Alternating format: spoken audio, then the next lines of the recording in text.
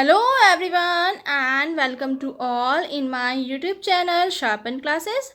I am Aarti Singh and today I am here to represent a lecture second of this chapter Light, Reflection and Refraction.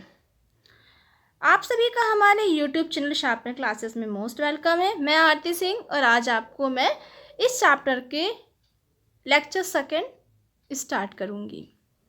Chapter का name था light, reflection and refraction. इससे पहले वाली lecture में मैंने आपको समझाया था कि रिफ्रैक्शन क्या होता है, रिफ्लेक्शन क्या होते हैं, प्लेन मिरर क्या होते हैं और उन मिरर के कॉन्केव मिरर, कॉन्वेक्स मिरर क्या होता है, मिरर की प्रॉपर्टीज़ क्या होती है। ये सारी बातें मैंने आपको लेक्चर फर्स्ट में एक्सप्लेन करी थी। आज मैं आपको लेक्चर सेकेंड में कौन कौन सी बातें बताऊँगी। चलिए इसका एक ऑब्जेक्टिव सेशंस देखते हैं। सबसे पहले मैं आपको पढ़ाऊंगी फोकस और फोकल लेंथ के बारे में स्फेरिकल मिरर के रूल्स बताऊंगी कि इमेजेस कैसे फॉर्म की जाती है कॉन्केव मिरर से, मतलब हर एक पोजीशन पर मैं आपको इमेजेस फॉर्म करना समझाऊंगी कि अलग अलग कंडीशन पे अलग अलग ऑब्जेक्ट की पोजीशन से हम कॉन्केव मिरर से इमेजेस को कैसे फॉर्म करते हैं। और रे डायग्राम भी बनाऊंगी किसका, कॉन्केव मिरर से रे डायग्राम। लर्निंग ऑब्जेक्टिव्स क्या हैं हमारे, the focus and focal length समझना है, रूल्स को समझना है, कॉन्केव मिरर से कौन कौन सी इमेज हमें फॉर्म होंगी और रे डायग्राम कुछ बनाए जाएंगे किसके, कॉन्केव मिरर से, और अलग अलग पोजीशन आपको बताई जाएगी कि किस किस तरह की इमेजेस फॉर्मेशन होती हैं जब हम ऑब्जेक्ट के पोजीशन को चेंज करते हैं तो कॉन्केव मिरर से कौन कौन सी किस किस टाइप की इमेज का फॉर्मेशन होता है। चलिए लेट्स स्टार्ट। सबसे पहले हम क्या पढ़ेंगे कि हमारा प्रिंसिपल एक्सिस क्या होता है। तो हमारा प्रिंसिपल एक्सिस क्या है कि एक स्ट्रेट लाइन होगी जो मिरर के पोल को और सेंटर ऑफ, जो स्फेरिकल मिरर का सेंटर ऑफ कर्वेचर था और जो मिरर का पोल था उसकी जो एक स्ट्रेट लाइन ड्रॉ होती है उसे हम कहते हैं सेंटर ऑफ या प्रिंसिपल एक्सिस कहते हैं। क्या कहते हैं कि जब एक स्ट्रेट लाइन होगी जो मिरर के पोल को और जो स्फेरिकल मिरर से सेंटर ऑफ कर्वेचर को जो ज्वाइन करती है वो स्ट्रेट लाइन हमारी क्या होती है, प्रिंसिपल एक्सिस होती है। जो प्रिंसिपल एक्सिस होती है वो एक तरह से देखा जाए तो मिरर का एक नॉर्मल पॉइंट है जो पोल से ड्रॉ किया जाता है। ठीक है, नेक्स्ट है फोकस क्या है। फोकस किसका, कॉन्केव मिरर का फोकस क्या होता है। तो the focus of a concave mirror, जो कॉन्केव मिरर का फोकस होता है वो प्रिंसिपल एक्सिस पर वो पॉइंट होता है जहां पर हमारी लाइट रे इंसिडेंट होने के बाद प्रिंसिपल एक्सिस से पैरेलल हो जाती है और रिफ्लेक्शन के बाद वो सारी की सारी लाइनें एक साथ मिल जाती हैं और जिस पॉइंट पर वो सारी की सारी रेज आकर मिलती हैं वो पॉइंट ही हमारा क्या कहलाता है, फोकस कहलाता है। मिरर का फोकस वही है जो रिफ्लेक्शन के बाद सारी लाइट रे क्या हो जाए, एक साथ एक पॉइंट पे मीट कर जाए, वो हमारे कॉन्केव मिरर का फोकस होता है। अब फोकस अगर कॉन्वेक्स मिरर की बात करें तो वो क्या है, कॉन्वेक्स मिरर का फोकस क्या है। तो कॉन्वेक्स मिरर का जो फोकस होता है वो प्रिंसिपल एक्सिस का वो पॉइंट है जहां पर सारी लाइट रेज इंसिडेंट होती हैं और प्रिंसिपल एक्सिस के पैरेलल हो जाती हैं और रिफ्लेक्शन के बाद वो क्या होती है, अपीयर टू मीट होती है, लेकिन मीट होने के बाद वो सारी की सारी अपीयर हो जाती हैं, जो दिखना शुरू होती है, अलग अलग लाइट रेज स्प्रेड हो जाती हैं मिरर से।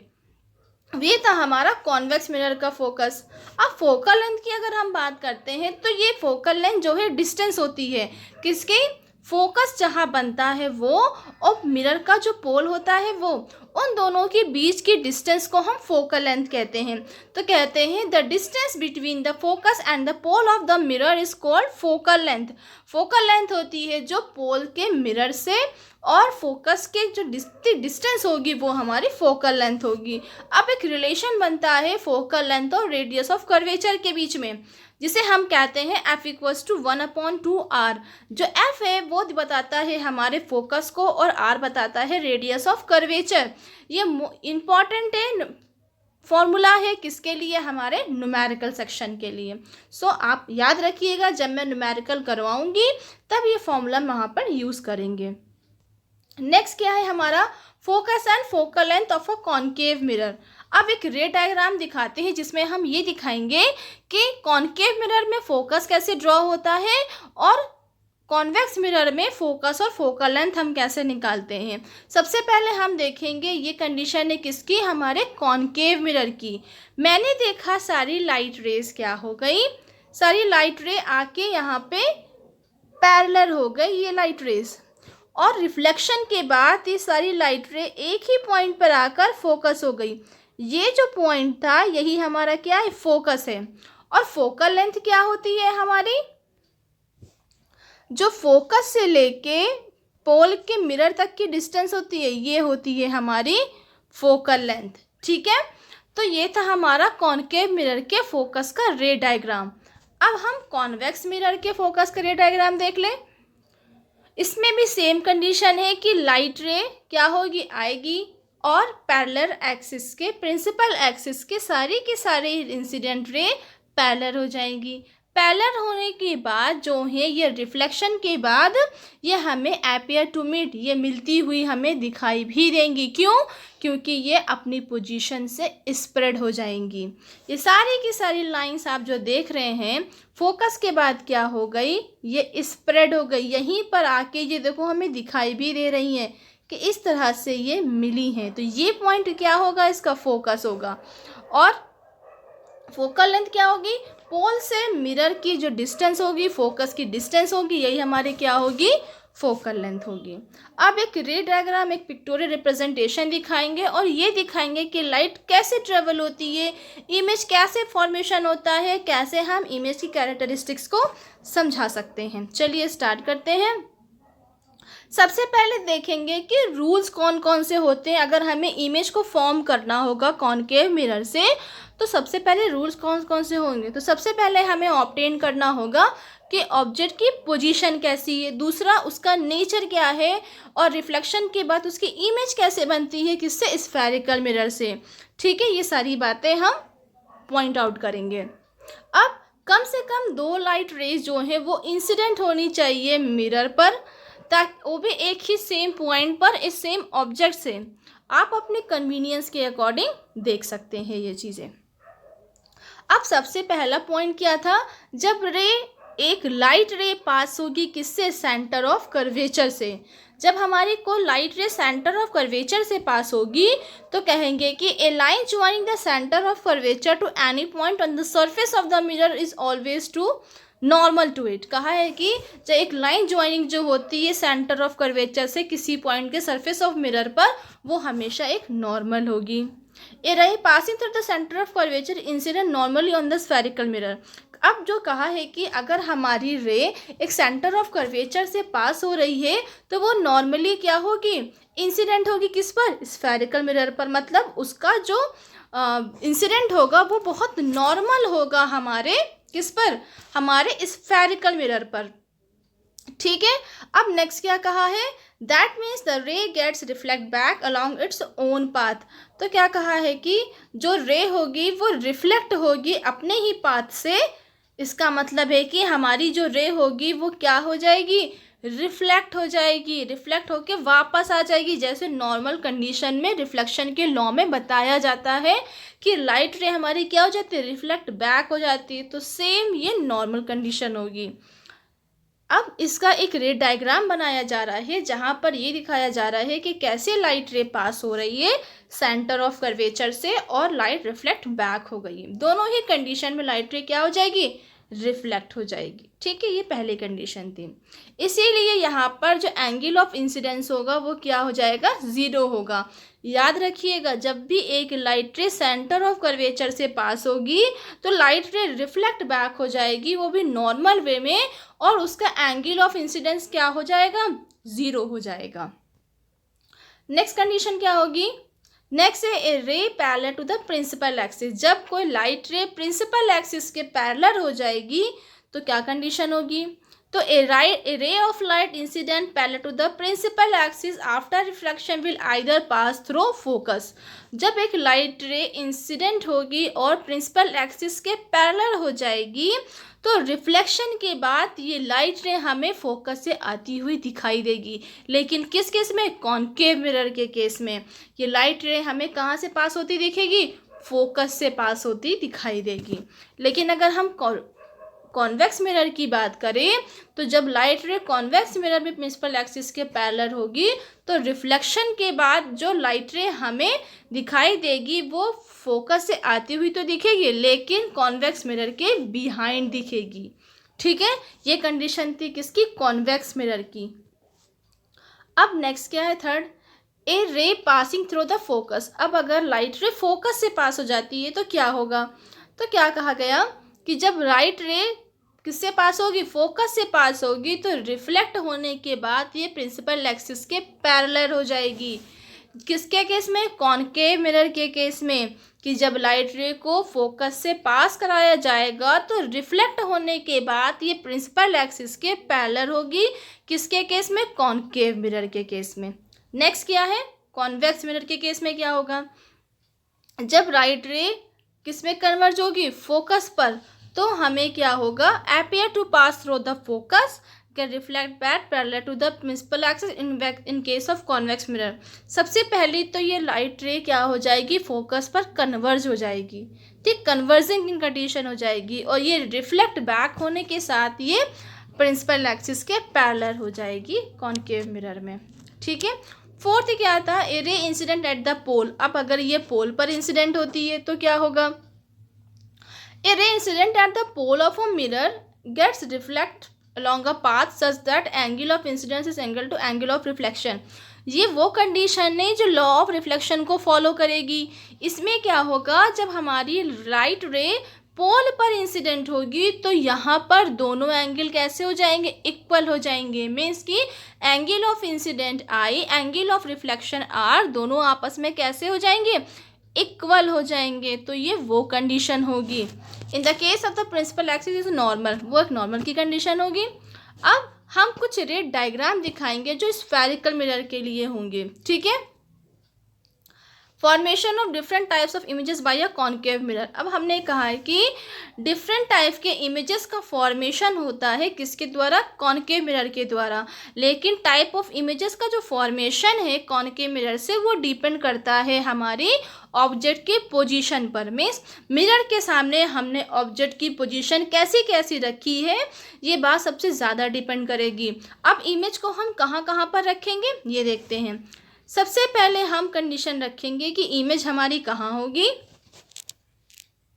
अगर हम इमेज को रखते हैं पोल और फोकस के बीच में, ठीक है, पोल और फोकस के बीच में जब हम इमेज को रखेंगे तो हमारी कंडीशन क्या होगी? ये दिखाई गई है आपको पोल और फोकस की कंडीशन, मतलब ऑब्जेक्ट को हम यहाँ रखेंगे पोल और फोकस के बीच में। नेक्स्ट क्या है? फोकस पर, यहाँ पर रखेंगे फोकस पर। फिर क्या है? थर्ड पोजीशन पे हम ऑब्जेक्ट को रखेंगे कहाँ पर? फोकस और सेंटर ऑफ कर्वेचर के बीच में। ठीक है, अब पोजीशन क्या बनी? फोकस और सेंटर ऑफ कर्वेचर, मीन्स ये फोकस, ये हो गया फोकस, ये हो गया सेंटर ऑफ कर्वेचर, इनके बीच में ऑब्जेक्ट को पुट करेंगे हम। नेक्स्ट फोर्थ पोजीशन पर हम at the centre of curvature, अब हम ऑब्जेक्ट को सेंटर ऑफ कर्वेचर पर रखेंगे, मीन्स इस पोजीशन पे रखेंगे। फिर फिफ्थ पॉइंट पे हम रखेंगे बियॉन्ड सेंटर ऑफ कर्वेचर, तो सेंटर ऑफ कर्वेचर के पहले रख लेंगे, इस पोजीशन पे रखेंगे। लास्ट पोजीशन हमारी क्या होगी? At far of distance called infinity, हम इन्फिनिटी वाले कंडीशन पर रखेंगे। The distance can not show in the image shown in the figure, जिसमें हम डिस्टेंस को नहीं दिखा पाएंगे फिगर में। जब हम ऑब्जेक्ट को कहाँ रखेंगे? इन्फिनिटी पर रखेंगे। ये सारे की सारी फॉर्मेशन है इमेजेस का, जो हम अलग अलग कंडीशन पे ऑब्जेक्ट की पोजीशन को चेंज कर करके कॉनकेव मिरर से अलग अलग टाइप की इमेज का फॉर्मेशन करेंगे। चलिए सबसे पहले देखते हैं जब हम ऑब्जेक्ट को कहाँ रखते हैं? पोल और फोकस के बीच में। Position of object at infinity. सबसे पहला कहा गया है कि हम ऑब्जेक्ट को रखेंगे इन्फिनिटी पर। जब हम ऑब्जेक्ट को इन्फिनिटी पर रखते हैं तो हमारी जो ऑब्जेक्ट की साइज़ होती है वो हाईली डिमिनिश होती है। मीन्स जो इमेज की साइज़ होगी वो ऐसी होगी जो हमें डिमिनिश होगी, जो हमें दिखाई नहीं देगी कि ऑब्जेक्ट की साइज़, हमारी जो इमेज की साइज़ है वो बनी कैसे है। लेकिन जो इमेज का नेचर होगा वो रियल और इन्वर्टेड होगा। ठीक है, इस पोजीशन पे हमें क्या होगी, इस पोजीशन पे हमें इमेज की साइज़ हाईली डिमिनिश होगी और इमेज का जो नेचर होगा वो रियल और इन्वर्टेड होगा। कब? जब ऑब्जेक्ट हमारी इन्फिनिटी पर होगी। नेक्स्ट कंडीशन पे कहा है कि जब हमने उसे बियॉन्ड सी रखा है, मतलब सेंटर ऑफ कर्वेचर से पहले रखा है। मीन्स कि ये पोजीशन है, इस पोजीशन पे जब मैंने अपने ऑब्जेक्ट को पुट किया है, रखा है, तो पोजीशन ऑफ द इमेज कैसी है, फोकस और किसके बीच है, सेंटर ऑफ कर्वेचर के बीच है। यहाँ पर जो इमेज की पोजीशन बनी वो किसके बनी, फोकस और सेंटर ऑफ कर्वेचर के बीच बनी। जब हमने इससे पहले ऑब्जेक्ट को इन्फिनिटी पर रखा था तो हमारी जो इमेज बनी थी वो कहाँ बनी थी, फोकस पर बनी थी। ये देखिए, ये थी इमेज हमारी, यहाँ बनी थी फोकस पर। और इस केस में जो हमारी इमेज बनी वो बनी सेंटर ऑफ कर्वेचर और फोकस के बीच में। इस और क्या कहा गया कि जो साइज़ ऑफ द इमेज था वो कैसा था, डिमिनिश था, मतलब कि ऑब्जेक्ट से बहुत छोटा साइज़ था किसका, हमारी इमेज का। ठीक है, नेक्स्ट क्या कहा गया, जो इमेज का जो नेचर होगा वो भी सेम, इसमें भी रियल और इन्वर्टेड होगा। मीन्स इस केस में भी हमारी इमेज रियल होगी और इन्वर्टेड होगी। इन्वर्टेड का मतलब होता है कि हमारी जो इमेज बनेगी वो अपनी पोजीशन से अपोजिट बनेगी। अगर इमेज हमने ऑब्जेक्ट को ऊपर रखा है तो इमेज हमारी अपोजिट इन्वर्टेड बनेगी। लाइक दिस, इमेज को मैंने इस तरह से पुट किया है और हमारी जो फॉर्मेशन हुई है वो कुछ इस तरह से है। तो ये इसका मतलब क्या है, ये इन्वर्टेड होने का मतलब है। ठीक है, चलिए अब नेक्स्ट पोजीशन देखते हैं। नेक्स्ट पोजीशन पे क्या है, जब ऑब्जेक्ट को हम सेंटर ऑफ कर्वेचर पर रखेंगे। जब हम ऑब्जेक्ट को सेंटर ऑफ कर्वेचर पर रखेंगे तो जो हमारे इमेज की पोजीशन होगी वो सेम टू सेम कहाँ बनेगी, सेंटर ऑफ कर्वेचर पे ही बनेगी। मीन्स इस केस में जो इमेज का फॉर्मेशन होगा वो ठीक सेंटर ऑफ कर्वेचर पर ही होगा। लेकिन इस केस में इमेज का साइज़ कैसा होगा, ऑब्जेक्ट की साइज़ के इक्वल होगा। और नेचर कैसा होगा, ये भी रियल और इन्वर्टेड ही होगी। मीन्स कि इस केस में भी इमेज का फॉर्मेशन कैसा होगा, एक तो वो पोजीशन, सेम पोजीशन पर अपनी इमेज बनाएगी, सेम साइज़ की होगी, दूसरा रियल और इन्वर्टेड होगी। ठीक है, जैसे कि सेम यहाँ मैंने देखा कि किसी ऑब्जेक्ट को मैंने यहाँ पे सेंटर ऑफ कर्वेचर पे रखा, किसी ऑब्जेक्ट को, सेम उसने अपनी पोजीशन भी कहाँ बनाई, सेंटर ऑफ कर्वेचर पे बनाई, लेकिन ये कैसी बनी, रियल और इन्वर्टेड इमेज बनी। ठीक है, नेक्स्ट क्या है, जब पोजीशन को हम ऑब्जेक्ट की पोजीशन को रखेंगे फोकस और सेंटर ऑफ कर्वेचर के बीच में। जब ऑब्जेक्ट को हमने फोकस और सेंटर ऑफ कर्वेचर पर रखा है, मीन्स यहाँ पे पुट करा है, तो हमारी ऑब्जेक्ट कहाँ बन गई है, हमारी ऑब्जेक्ट की जो पोजीशन आई, इमेज की जो पोजीशन आई वो आई हमारी किसके, सेंटर ऑफ कर्वेचर और फोकस के बीच में। कहा है कि जो इमेज का फॉर्मेशन होगा वो किसके बीच होगा, सेंटर ऑफ कर्वेचर और फोकस के बीच में होगा। जो साइज़ होगी इमेज की वो मैग्नीफाइड होगी, मीन्स कि उसे हम मैग्नीफाई कर सकते हैं, चेंज कर सकते हैं। इसका भी नेचर कैसा होगा, रियल और इन्वर्टेड होगा। ठीक है, अब सेम इस एग्जाम्पल ही देख लीजिए। अब नेक्स्ट क्या कहा, जब पोजीशन, जब ऑब्जेक्ट हमारी फोकस पर होगी, जब ऑब्जेक्ट हमारी, तो जो इमेज की पोजीशन होगी वो इन्फिनिटी होगी। मीन्स इमेज जो बनेगी वो इन्फिनिटी पर बनेगी, हाईली मैग्नीफाइड होगी, बहुत ज़्यादा उसे मैग्नीफाई किया जा सकता है। और जो नेचर होगा इस समय ऑब्जेक्ट की इमेज के बनने का वो रियल और इन्वर्टेड होगा। ये केस भी रियल और इन्वर्टेड का ही है। ठीक है, अब नेक्स्ट क्या, जब हम अब ऑब्जेक्ट को पोल और फोकस के बीच में रखेंगे, इस केस में क्या होगा, इसमें इमेज कैसी बनेगी, हमारी जो पोजीशन होगी वो हमारी बिहाइंड द मिरर, मिरर से बिहाइंड होगी, पहले होगी। ठीक है, अब तक जितनी भी इमेज का फॉर्मेशन हो रहा था वो मिरर के पहले हो जा रहा था, लेकिन इसमें इमेज कहाँ बनेगी, जो मिरर के पीछे बनेगी, और जो साइज़ होगा इमेज का वो अपनी एक्चुअल जो है ऑब्जेक्ट से कैसा होगा, बहुत जैसे कि ये ऑब्जेक्ट है, ये हमारी ऑब्जेक्ट और ये इमेज है, इमेज हमेशा कैसी होगी, ऑब्जेक्ट से बड़ी बनेगी। और ये वही केस होगा जहाँ पर हमारी इमेज का जो नेचर होगा वो वर्चुअल और इरेक्ट हो जाएगा। अभी तक जितने केसेस पढ़े उसमें रियल और इन्वर्टेड थी, लेकिन यही एक लास्ट केस होगा जहाँ पर नेचर इसका कैसा होगा, वर्चुअल और इरेक्ट हो जाएगा। ठीक है, ये एग्जाम्पल के थ्रू दिखाया गया है कि इमेज का फॉर्मेशन किस तरह से किया जाएगा। ऑब्जेक्ट देखा इसमें बड़ी बनी है। नेक्स्ट क्या है, अब formation of images using mirror. अब कौन कौन से एक टेबल के थ्रू हम आपको दिखाते हैं कि हमने ऑब्जेक्ट को कहाँ रखा, उसकी इमेज कैसे बनी, उसका नेचर कैसा था, उसका साइज़ कैसा था। ये एक टेबल के चार्ट के द्वारा मैं आपको दिखाती हूँ। सबसे पहले मैंने ऑब्जेक्ट को इन्फिनिटी पर रखा था और पोजीशन हमारी इमेज कहाँ बनी थी, फोकस पर बनी थी। साइज़ कैसा था इमेज का, हाईली डिमिनिश था। नेचर कैसा था, रियल और इन्वर्टेड था। कब, जब ऑब्जेक्ट हमारी कहाँ थी, इन्फिनिटी पर थी। नेक्स्ट क्या, बियॉन्ड सी, तो हमारी इमेज कहाँ बनी थी, फोकस और सेंटर ऑफ कर्वेचर के बीच में। जो साइज था इमेज का वो डिमिनिश था। नेचर कैसा था, रियल और इन्वर्टेड था। नेक्स्ट केस में पोजीशन कैसी थी ऑब्जेक्ट की, सेंटर ऑफ कर्वेचर पर थी।